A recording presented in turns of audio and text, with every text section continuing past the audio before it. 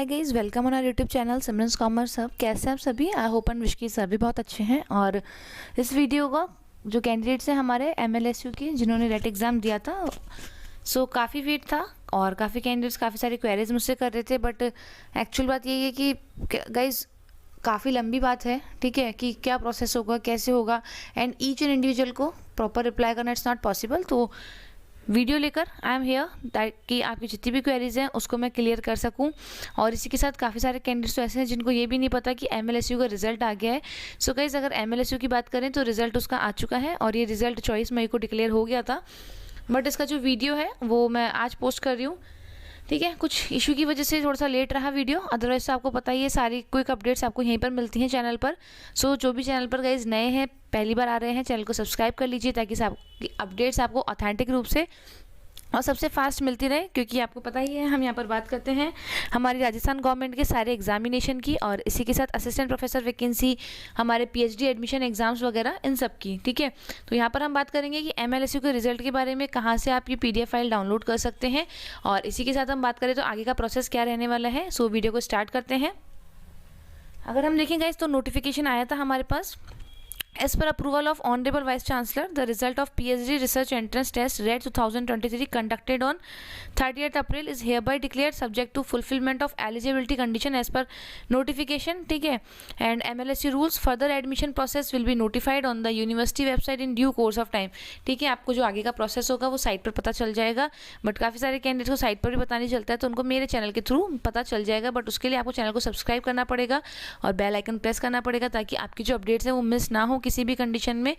साथ ही साथ इस PDF को कहाँ से ले सकते हैं, तो गाइज आप इस PDF को मेरे टेलीग्राम चैनल से ले सकते हैं और उसके लिए आपको मेरे टेलीग्राम चैनल को ज्वाइन करना पड़ेगा, जिसका लिंक मैंने डिस्क्रिप्शन में अवेलेबल करवा दिया है।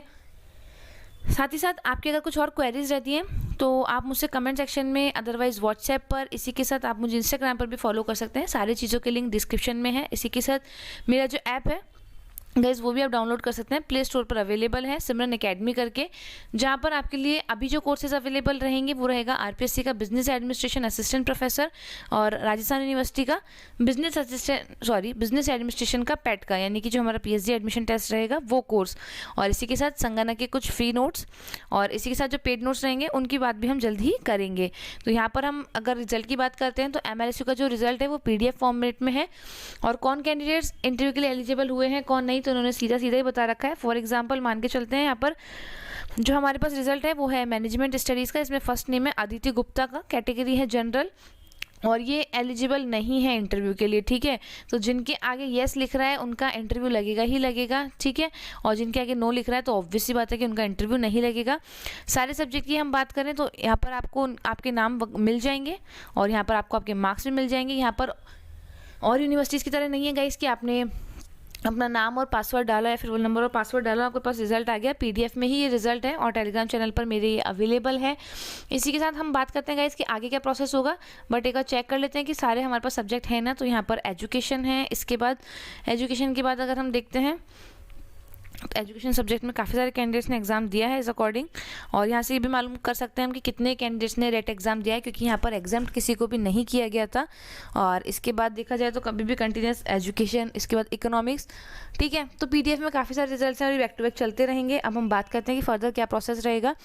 रिजल्ट आ चुका है, जिनके आगे येस लिख रहा है उनका इंटरव्यू होगा ही होगा। जल्द ही जो आपका शेड्यूल है वो जारी कर दिया जाएगा। और इसी के साथ जो कैंडिडेट लास्ट टाइम रिजर्व में रह गए थे, ठीक है, तो गाइज जो कैंडिडेट्स लास्ट टाइम रिजर्व में रह गए थे उनको भी इस साल वापस इंटरव्यू के लिए बुलाया जाएगा और उनको भी प्रेफरेंस के तौर पर रखा जाएगा। ऐसा नहीं कि इस साल के रेट वाले कैंडिडेट्स को बुलाया जाएगा, लास्ट टाइम रिजर्व रहे कैंडिडेट्स को बुलाया जाएगा। तो पहली बात तो यही थी। इसके बाद हम नेक्स्ट बात करते हैं तो इंटरव्यू का शेड्यूल जो है वो यूनिवर्सिटी की साइट पर बहुत जल्द जारी होगा, क्योंकि जब MLSU ने ये रिजल्ट डिक्लेयर कर दिया तो अब वो ज़्यादा डिले करेगी नहीं। हम मान के चल सकते हैं 10 से 15 दिन या 15-20 दिन में आपका जो शेड्यूल है ईच एंड एवरी सब्जेक्ट के लिए अलग अलग दिन ये होगा। अब उस इंटरव्यू में क्या होगा हम बात कर लेते हैं। तो गाइज जो कुछ कैंडिडेट MLSU के ऑलरेडी वहाँ से PhD कर रहे हैं और मेरे कांटेक्ट में, तो उनसे पूरा एनालिसिस करने के बाद, पूरी बात करने के बाद उन्होंने जो इन्फॉर्मेशन दी है वो ये है कि इंटरव्यू प्रॉपर होता है, ठीक है। प्रॉपर का मतलब ऐसे हम ये नहीं मान सकते कि कंप्लीट फर्जी इंटरव्यू है, ऑथेंटिक रूप से इंटरव्यू होता है। इसी के साथ जस्ट लाइक जैसे एपीआई स्कोर होता है, ठीक है, वैसे ही वहाँ पर आपका स्कोर काउंट किया जाता है। उसमें आपके नेट के मार्क्स, जीआरएफ के मार्क्स, आपके एकेडमिक मार्क्स, ठीक है, आपका जो रिजर्व कोटा अगर वहाँ पर लागू हो रहा है तो वो, साथ ही साथ अगर आपके को रिसर्च पेपर वगैरह पब्लिश हैं, ठीक है। अब बहुत सारे कैंडिडेट्स ऐसे भी हो सकते हैं यहाँ पर, they don't know about what is the research papers, ठीक है। तो रिसर्च पेपर्स हमारे होते हैं गाइज जो हम छोटे मोटे रिसर्चेस करते हैं, क्योंकि थीसिस तो बहुत बड़ा रिसर्च हो जाता है। छोटे टॉपिक्स पर किए गए रिसर्च और उनको समराइजिंग वे में दिखाना, वो रिसर्च पेपर्स होते हैं। अगर आपने वो पब्लिश करें तो उनके 2 मार्क्स मिलते हैं, बट मैक्सिमम उनकी भी एक लिमिट होती है, तो उस अकॉर्डिंग मार्क्स मिलते हैं। इसी के साथ अगर आपको कॉलेज का एक्सपीरियंस है, ठीक है, तो वो भी वहाँ पर काउंट होता है, बट उसके प्रॉपर डॉक्यूमेंट्स आपके पास होने चाहिए और मिनिमम 1 साल का या फिर 8 से 10 महीने का आपके पास जो है एक्सपीरियंस होना ही होना चाहिए। तो उसके प्रोपोर्शन में आपको जो एक्सपीरियंस है उसके मार्क्स दे देते हैं, और इसके भी 2 मार्क्स होते हैं, और मैक्सिमम 5 ईयर का ये जो आपका एक्सपीरियंस है उसके 10 मार्क्स मिलते हैं। ऐसा मुझे वहाँ के कैंडिडेट्स ने बताया है, बट इसका जो हम कह सकते हैं प्रॉपर पेज गाइज वो आपको साइट पर नहीं मिलने वाला। ये जब आप इंटरव्यू में जाएंगे तभी आपको मिलेगा। साथ ही साथ इंटरव्यू में आपसे बेसिक क्वेश्चंस पूछे जाते हैं, जस्ट लाइक कि आप क्यों पीएचडी करना चाहते हैं, या फिर रिसर्च का आपका एरिया क्या है, और किसी किसी कैंडिडेट से रिसर्च प्रपोजल भी मांग सकते हैं वो लोग। रिसर्च ध्यान रखिएगा, आपके रिसर्च टॉपिक के बारे में आपसे पूछ सकते हैं, रिसर्च प्रपोजल मांगा जा सकता है। और ये तो आपको पता ही है कि 4 तरीके के हमारे पास प्रोफेसर्स होते हैं, professor, associate professor, assistant professor, sorry 3 होते हैं हमारे, असिस्टेंट, एसोसिएट और प्रोफेसर।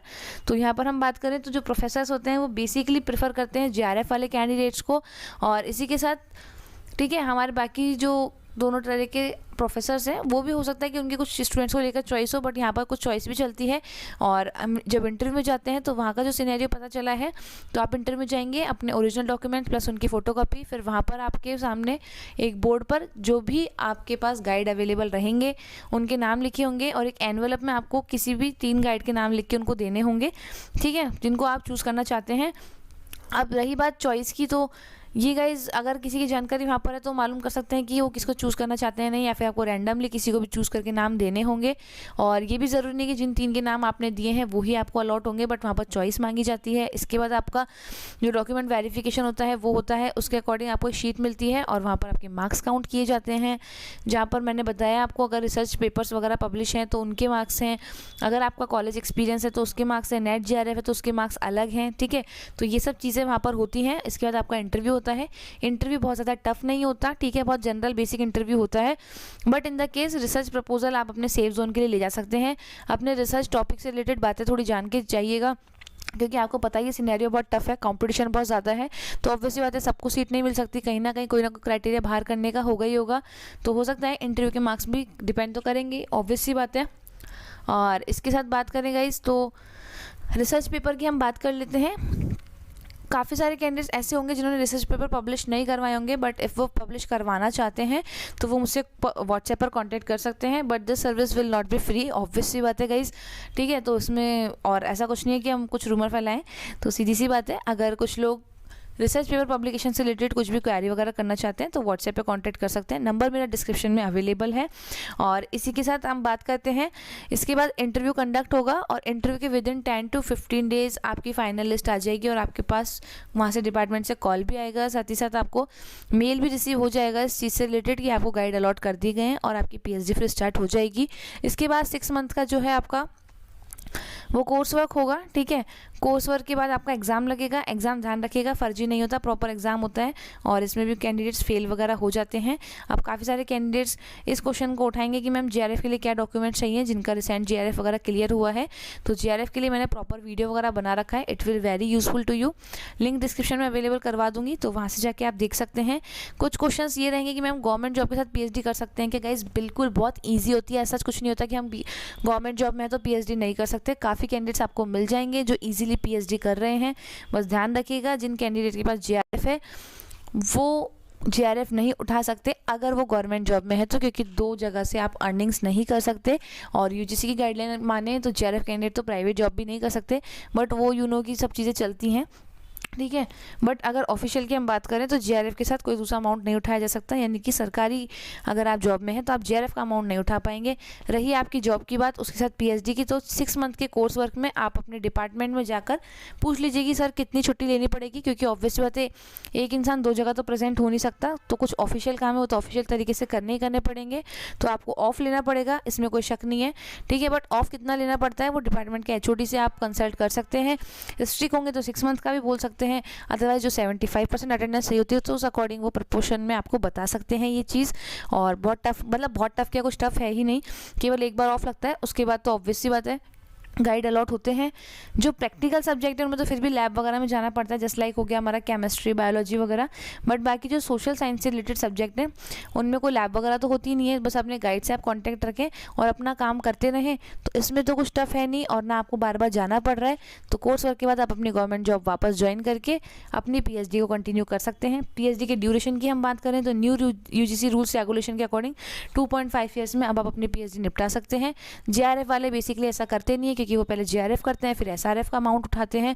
बट नॉर्मल कैंडिडेट जिनको किसी भी तरह का बेनिफिट नहीं हो रहा तो वो 2.5 या 3 ईयर्स में अपनी पीएचडी को कंप्लीट कर सकते हैं, ताकि उनको एक्सटर्नल बेनिफिट्स मिल सके। तो मोटे तौर पर बात यही थी कि पीडीएफ में देख लीजिएगा you are eligible for interview और नॉट, कितने आपके मार्क्स रहे हैं। प्रीवियस टाइम जो रिजर्व कैंडिडेट्स रह गए थे उनको भी इंटरव्यू के लिए बुलाया जाएगा।